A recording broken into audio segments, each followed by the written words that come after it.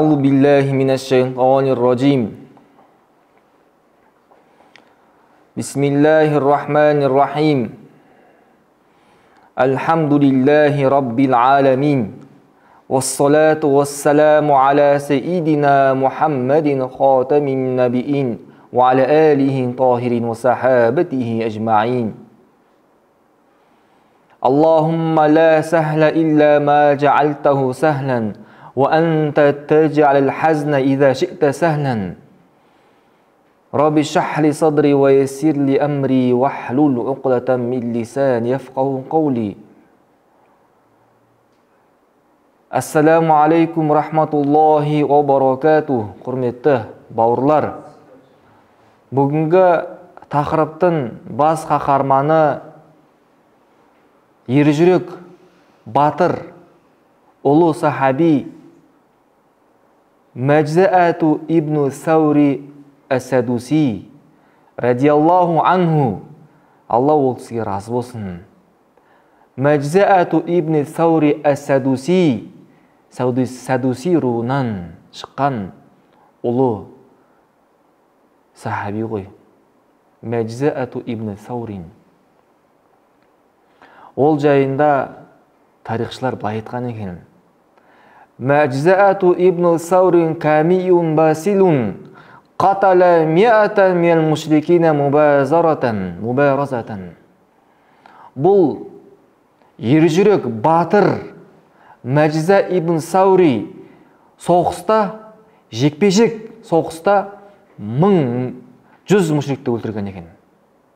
Жекпе-жек соғыстан алдын жекпе-жек 100 мушрикті өлтірген екен. Фама балука биман қаталахум фи хидамил маарик. Ал сен ойлаш дейді. Соғыстың ішінде қанша адам өлтірген? Қанша мушриктерді, қанша діннің дұшпандарын өлтірген дейді. Соғыстың алдында білесіздер, кинодан көргенсіздер, естігенсіздер, кітаптан оқығансыздар, жекпе-жек соғыс болған.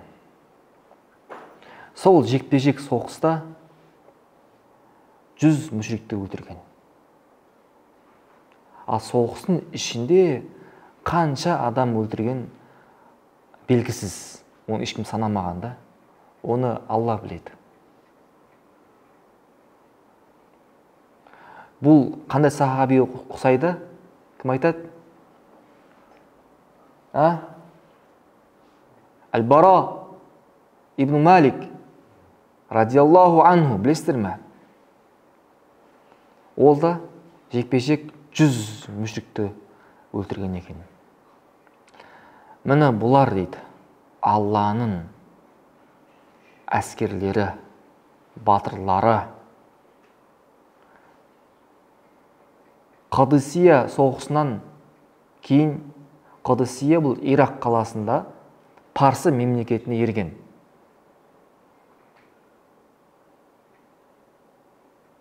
Сол соғыстан кейін Алла Тағала оларға жеңіс берді. Сол соғыстан кейін олар қуанды. Сол соғыста бауырлары шахид болды. Олар үшін де олар қуанды. Өйткені олар шахидтер. Олар тірілер. Оларды өлі деп санамаңдар. Сол Қадысия секілді соғысты үлкен бір жорықты күтті мұсылмандар.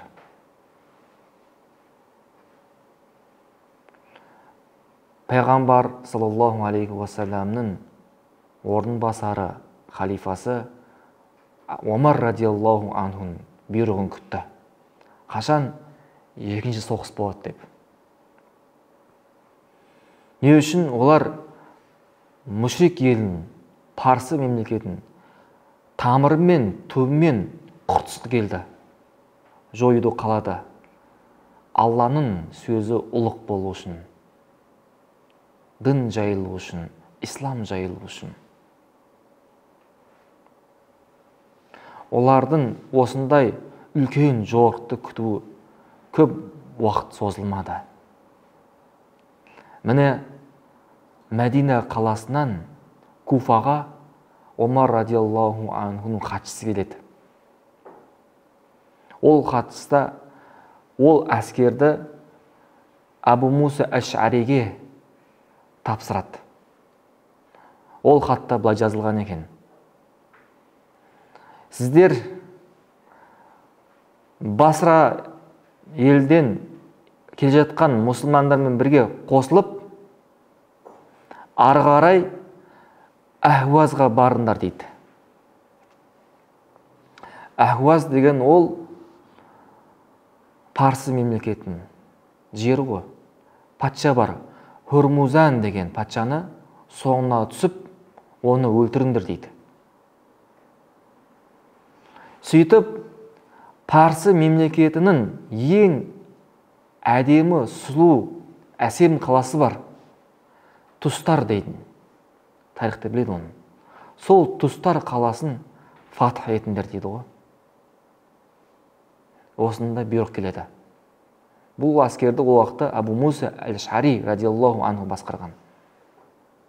Сөйтіп, Омар радиаллаху анху тағы да бұйрығы: сіздер өздерімен бірге Мәжза ибн Саури әд-Садусині алып жүріңдер дейді, соғысқа ше. Сол соғысқа алып барыңдар дейді. Ол Бәни Бәкірдің руының Саиды құрметтісі болған Мәжза ибн Саурин. Абу Муса Әш'ари Омар радиаллаху анху бұйрығын орындайды, бойынсынады. Сөйтіп, әскерлерін жинап, Мәжза ибн Сауриге әскерін оң қанатын қылады. Сол Басра елінен келе жатқан мұсылмандармен бірге қосылып, бірге Алланың діні ұлық болу үшін Алланың жолында соғысқа, жорыққа кетеді. Міне олар кіші гірім қаланы фатх етеді. Ислам дінін жеткізеді. Ал Хурмузан деген патша ғой, залым патша. Парсы мемлекетінің. Олардың алдынан, яғни мұсылмандар қай жерде келетін болса, олар Хурмузан қашатын мұсылмандардан. Сөйтіп, Тустар қаласына барып, үлкен қамалға қорғанады. Өте үлкен қамалға. Ол Тустар қаласында. Тустар деген Парсы мемлекеттерінің ішіндегі ең әсем, көркем, табиғаты әсем, ең берік, биік қамалдардың бірі болған. Ол Тустар деген қала тарихы терең, көне қалалардың бірі болған. Және ол биік жерде орналасқан. Егер таудан қарайтын болса, үстіңгі жақтан қарайтын болса, ол сол қала аттың бейнесінде болған ше. Бұлай да. Өте көркем қала болған ғой. Оған Дүжәйл өзенінен су келетін. Және қаланың ең үстіңгі жағында Сабур деген патша үстіңгі жағынан фонтан соққан, бассейнді. Өте әдемі фонтан. Ойлаңыз да. Әсем, әдемі, өте. Сол түнелден, сол суға, сол жерге көтеріліп, сол түнел жердің астынан болған түнел болған. Сол жерге су көтеріліп, сол жерден су ағатын ше. Адамдар қолданған. Бұлай айтқанда, оның құрылысы таң ғажайып болған. Яғни үлкен тастармен және темір діңгектермен қойылған. Оның үстімен қорғасымен қоршалған екен. Дәл сондай дуалдары да сондай болған. Үлкен темір тастармен бекітіліп, арасында темірлер бекіткен, қорғасынмен құйылған екен.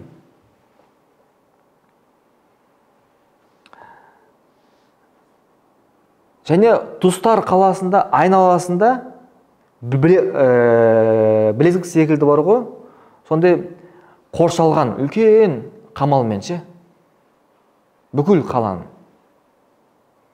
Тіпті тарихшылар айтқан екен, сол қала жайында, жер бетінде соғылған ең алғашқы үлкен қорған болған деген. Тарихы бар болған да. Және сол Хормозан патша қаланың айналасында үлкен ор қазған, оған қоса. Ол үлкен ордан ең мықты жүйрік атта секіріп өте алмаған ғой. Ішінде су болған да, айтқанда. Сондай ешкім ол қамалды бұрын алмаған да. Мұсылмандар сол ордың айналасында 18 ай бойы сол ордан өте алмаған. 18 ай. 18 айда 80 соғыс болған. Менде тек қана ордың айналасында жүрмейді ғой. Әлгі парсылар өзінің әскерін жіберген. 80-ге жақын соғыс болған. Ойлаңыз да. Шамамен аптада бір рет соғыс болған да. Шамамен. Сол соғыстан алдын жекпе-жек болған ғой. Сол жекпе-жекте Мәжза ибн Саурин 100 адам өлтірген ағайындар. Жалғыз өзі. Ойлаңыз. Сол әр соғыстың алдын жекпе-жек болған, одан кейін соғыс басталып кеткен. Үлкен соғыста.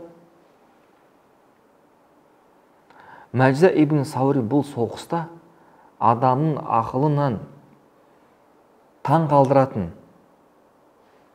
адамның ақылына келмейтін сондай батырлықпен соғысқан екенді. Дұшпандар да, мұсылмандар да бұл кісіге қарап таң қалған екен ғой. Тіпті Фарсы әскерлерінің алдында Мәжза ибн Саурин аты танылмал болған екен да. Танылған екен да. Оны көрген кісі, дұшпандар ше, қорққан екен, оған жақындамаған екен соғысына.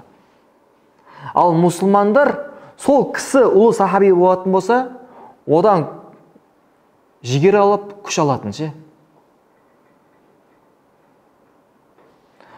Содан кейін олар түсінген екен да, Омар радиаллаху анху не үшін бұл Мәжза ибн Саурин бізге қосқаны екен. Сырын сол кезде түсіндік дейді да. Міне 80-ші соғыста, соғыс бар анда, мұсылманы шынайы бар күшмен шабуыл жасады дейді. Сөйтіп әлгі фарсылар ордың үстінен өтетін көпірді қалдырып кетеді. Көпір болған ғой. Қалдырып үлкен қорған кемелдің, үлкен қорған арасы тығылып қалады, есікті жауып қояды. Қорған есіктерін. Міне мұсылман ұзақ сабырдан кейін екінші бір қиындыққа тап болды дейді. Өйткені әлгі фарсылар биік қорған үстінен мұсылмандардың үстінен жаңбыр жауғандай найза садақтар айтқан, жебелер айтқан да. Және олар соғыс болған ғой енді. Мұсылмандар астында, әлгі парсылар үстінде, қорған үстінде, сол биік қорған үстінен ілмек болған, сол ілмек болаттан жасалған ше, болаттан.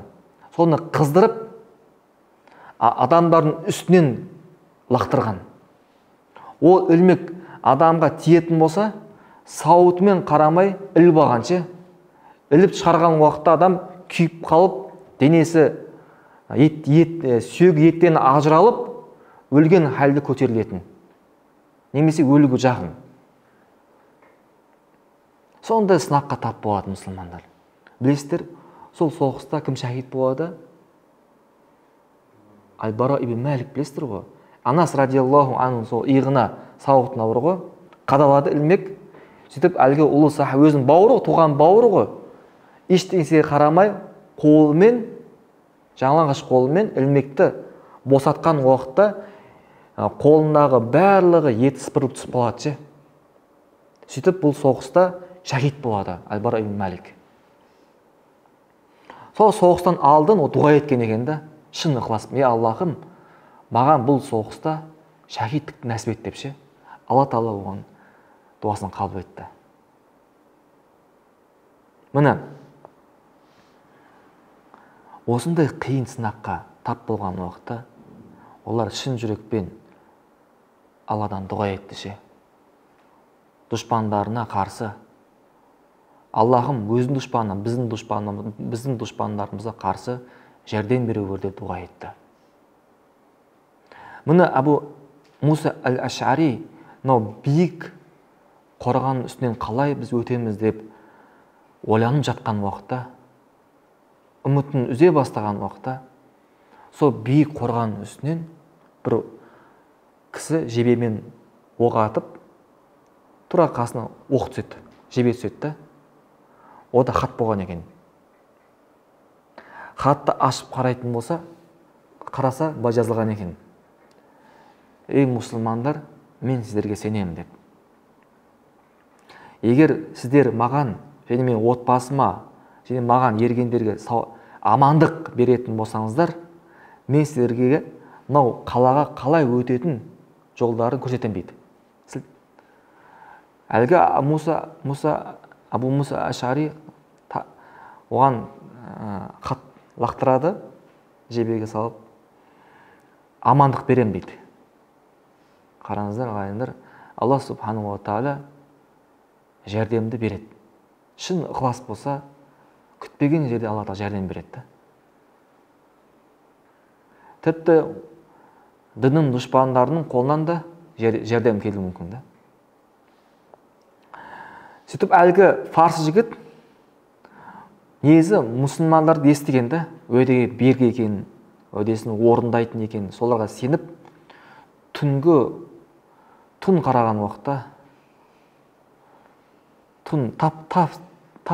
тас қара түн болған уақытта, Абу Муса аль-Аш'ариге барып өзі былай айтады.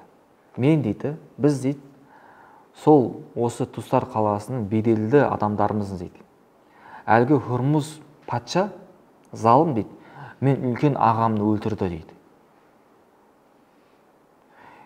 Сөйтіп менің дүнием, менің отбасыма шабуыл жасағысы келеді дейді, ол қорқытты дейді. Маған деген жүрегінде кегі бар дейді. Мен білмеймін, маған да мен отбасыма да зиян тигізуі мүмкін дейді ол. Мен сенімді емеспін дейді. Мен сендердің әділдігіне сендім дейді. Сөйтіп, мен сендерге уәде берем дейді. Мынау Тұстарға қаласынан жасырын жері бар дейді өтуіне. Мен білем, соны сіздерге қалай қалаға кіретін жасырын бір орын бар, сол жерге сіздерге көрсетем дейді. Сендер маған бір кісіні беріңдер дейді. Батыр, өте ақылды, және жақсы жүзетін кісінің бар ғой. Мен жолды көрсетем дейді, қалай баратын. Қараңыз. Сол уақытта Абу Муса аль-Аш'ари Мәжза ибн Сәурин шақырады ғой. Және оған жасырын айтады. Осындай. Сен маған жәрдем бер. Сен әскерлерінен маған бір кісіні бер дейді. Өте ақылды, сабырлы, төзімді, батыр, және жақсы жүзетін кісіні шақыр дейді ғой. Сөзде қараңызда, Мәжза айтады. Ей, әмір дейді. Мені қылыңыз дейді, мен барайын дейді. Сол кісіні мені қылыңыз дейді ғой. Абу Муса аль-Аш'ари айтады. Сен баруды қаласан, Алланың берекетімен бар дейді. Бисмилля.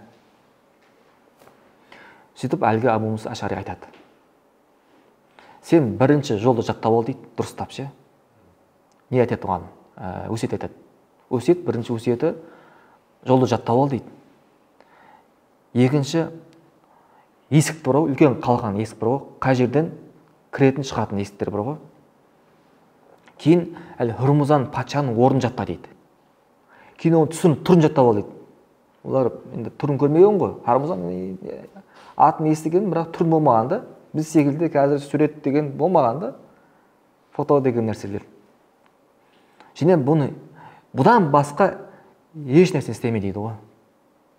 Тек қана осыны, тапсырма осы дейді. Міне, Мәжза ибн Саури әлгі парсы кісімен, жолды білетін кісімен бірге жердің астындағы қалаға алып баратын түнелге түседі. Қараңыз, түнелді. Ол түнел дейді айтады да. Кейде кем болып кетеді, кем болған уақытта жүріп өтесің дейді да. Кейде тар болады дейді. Тар болған уақытта жүзу керек болады дейді. Осылайша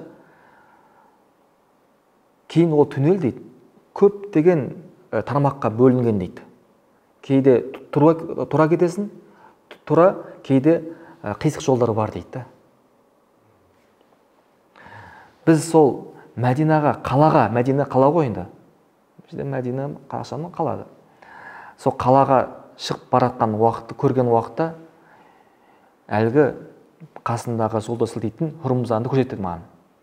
Хұрмузанды, мынау Хұрмузан деп айтты, мен бауырымды өлтірген деп. Сөйтіп мен оның мекенін, тұратын жерін жаттап алдым. Мәжза айтады, Мәжза, мен Хұрмузанды көрген уақытында жебені алып садақпен өлтіруге жақын қалдым дейді. Қараңыз, ешкімнен қорықпаған да. Бірақ та Абу Мусаның айтқанын сөзін еске алдым дейді. Ол айтмайды, ештеңе істеме деп бұдан басқа. Сөйтіп ашуын басып өзін ұстап, қайтадан жебенің өзінің орнына қойдым дейді. Сөйтіп келген жолды бәрін жаттап алып, таңға жақын келген екен ағайындар. Қараңыздар. Қанша уақыт кетті? Түнде кетіп, таңға жақын келген екен да. Жалғыз өзі. Абу Муса Ашари 300 әскер дайындайды, сонымен бірге бару үшін түнелменше. Өте батыр кісілер, сабырлы кісілер дайындайды. Жақсы жүзетін. Және 300 кісіге Мәжза ибн Саурини әмір етеді. Сөйтіп айтады, егер сіздер есікті ашсаңдар, сіздер белгілі беріңдер, Аллаху Акбар деп тәкбір айтыңдар дейді. Бізді артында тұрамыз, сол өте есікті ашып кіреміз дейді ғой. Үлкен қаланғанда, ең главный есік бар ғой, басты есіктердің бірі. Сөйтіп қараңыздар, Мәжза өзінің әскерлеріне айтады, бүкіл қалың киімдерді, ауыр киімдерді тастаңдар дейді. Тек қана қылышты алыңыздар, қылышты белдерінен байлап қойыңдар дейді ғой. Өйткені суда жүзу керек болады. Сөйтіп, мына түндің алғашқы бөлігінде сол түнелге кіреді ғой. Мәжза ибн Саурин айтады, біз 2 сағаттай жүздік дейді. Өте қатерлі түнелде. Сол қалаға жеткен уақытымызда сол өте қатерлі, қауіпті түнел 220 кісіні жұтып қойған екен дейді. Тек қана 80 тірі қалды дейді. Өте қауіпті болған, айттым ғой, жүзетін бар, әртүрлі судың давлениесі бар деген секілді ше. Оның ішіне 80 аман қалды дейді. Қараңыз. Сөйтіп біз қалаға кіріп, қылыштарымызды көтеріп, есіктің алдында қорғап тұратын әскерлерді өлтірдік дейді. Сөйтіп есікті аштық. Аллаху Акбар тәкбірмен, Аллаху Акбар деп. Ол таң намазы уақыты кірген уақытта ағайындар. Анас ибн Малик сол жерде болған. Анас ибн Малик тақуалығынан қараңыздар. Ол уақытта таң намазды уақытында оқымаған екен да, соғыс болған. Мәжбүр болды да. Анас ибн Малик кейінгі бұны осы тұстарды есіне алған уақытта жылаған екен да. Не үшін? Мен таң намазын қаза етіп алдым деп ше. Бірақ та бұл үзірлі жағдай. Соғыста намаз оқуға мүмкіндік болмайтын болса, намазды кешіктіреді да. Өйткені адамның жанын сақтау ол абзалдырақ. Міне таңғы уақытта естен ағылған су секілді мұсылмандар жарып шығады. Сол уақытта соғыс болады дейді. Енді тарихта әлі ондай үлкен соғысты көрмеген. Міне сол соғыстың ішінде Мәжза ибн Саури айтады да, мен Хурмузанды іздеп жүрмін дейді. Хурмузаны өзі біледі, түрін жаттаған, қалғандар білмейді. Мен оны бір сапта көрдім дейді да. Сөйтіп, кейде жауынгерлердің толқыны жауып қояды дейді оны ше. Көзден таса болады дейді кейде. Кейде көріп қалам дейді. Көріп қалған уақытта оған дереу асықтым. Және Мәжза айтады. Хурмузаны көрген уақытта мен оны қылышпен ұрдым дейді да. Ол да мені көріп қалды, ол да маған қарсы қылышпен ұрды. Алайда Алланың қалауы ғой, Мәжзаның қылышы тура тимейді Хурмузаның денесіне. Ал Хурмузаның қылышы денесіне тура тиіп, әлгі Мәжзаны өлтіреді. Мәжза шахид болады соғыста. Алланың қалауымен. Мұны үлкен батыр, оның қолынан Алла Тағала үлкен қаланы ашуға себеп болған Мәжза сол соғыста шахид болады. Мұсылмандар сол соғыста ерлікпен соғысады. Алла Тағала олардың қолдарына жеңісті сыйлайды. Хурмузанды мұсылмандардың қолдарына тұтқын болады. Сөйтіп мұсылмандар Омар радиаллаху анхуға барлығы барады, сүйінші сұрап. Әлгі Хурмузанды оның үстіндегі жауһардармен көмірілген тәжі болды. Шапанымен Омар радиаллаху анхуға алып барады ғой алдына. Және сол соғыста мұсылмандар ерлікпен соғысқан Мәжза ибн Сауриге Омар радиаллаху анхуға көңіл айтып барады. Міне, бұл ұлы сахаби Мәжза ибн Саурин, Алла олсы разы болсын, соншалықты батыр болған, ықыласты болған. Оның қолынан Алла Тағала үлкен парсы мемлекеттердің ішінде ең әдемі қала, Тұстар қаласын фатха етуіне Алла Тағала жазған екен. Субханакаллахумма бихамдика ашһаду ан ла илаха иллаллах, настағфирука ва атубу илейк. Алла разы болсын.